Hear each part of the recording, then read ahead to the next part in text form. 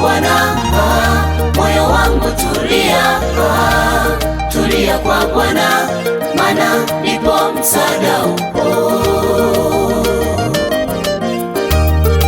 msaada upo.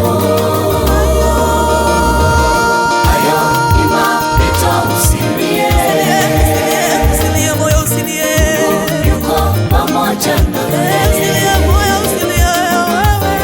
usiogope kusemwa, hakuna ninakuja mbele yako, yuko pamoja nawe.